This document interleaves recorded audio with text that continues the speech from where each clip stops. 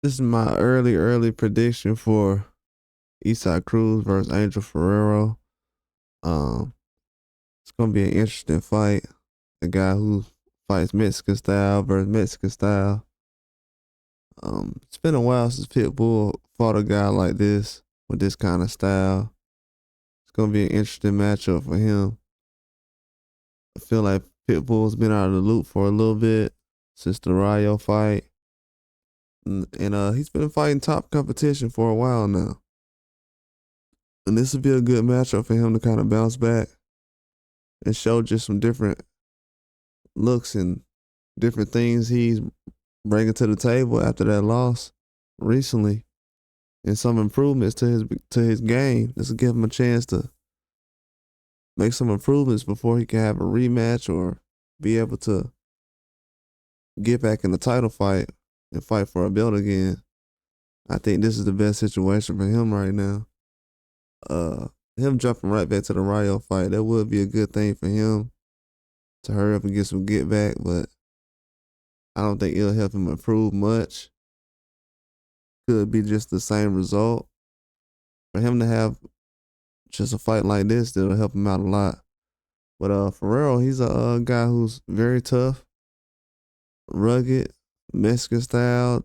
Doesn't jab much, but he's able to do anything. But he's coming to fight, man. He's not really a guy who switches up how he fights one way. Aggressive come forward fighter who likes to go to the body. He trades a lot, throws a lot of hooks. And that's somebody that Pitbull needs to be able to try to handle right now. I think that's a good style matchup for him to be able to bounce back and get back to the groove. This is a style that he's grew up fighting, used to fighting. So it's not something that's going to be overwhelming for him. But he has to be able to try to mix some things up, be able to move, be able to box with this guy, be aggressive, and use the left hook when he needs to. I think he got away from being aggressive and using the left hook in his last fight. He's usually aggressive. And you don't have to always be aggressive, but it was times where he needed to put his foot on the pedal and he just didn't do it. And that was kind of a huge red flag to me because it's not like Pitbull's a guy that doesn't show up when he needs to. And for him not to let his hands go in certain situations, it just goes to show that everything definitely is not guaranteed before a fight happens. But he has to come prepared, man. This guy Fierro, he'll come in there and try to make a name for himself. He has one of those styles where he's so used to just fighting that one way that he's a huge threat just because he doesn't know how to switch it up. You can't really change what he's doing.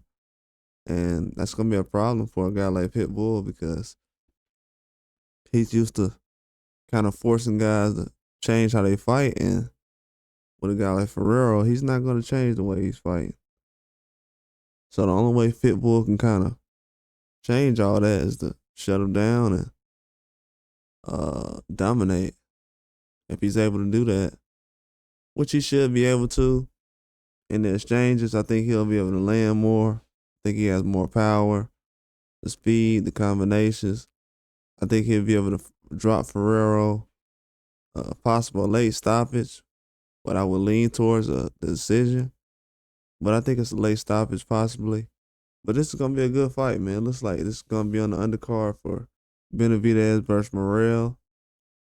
The fight between him and Rayo is going to be on the back burner right now. It's not going to happen, but at 140, he's going to stay around, it looks like. But that's all I got. Like and subscribe.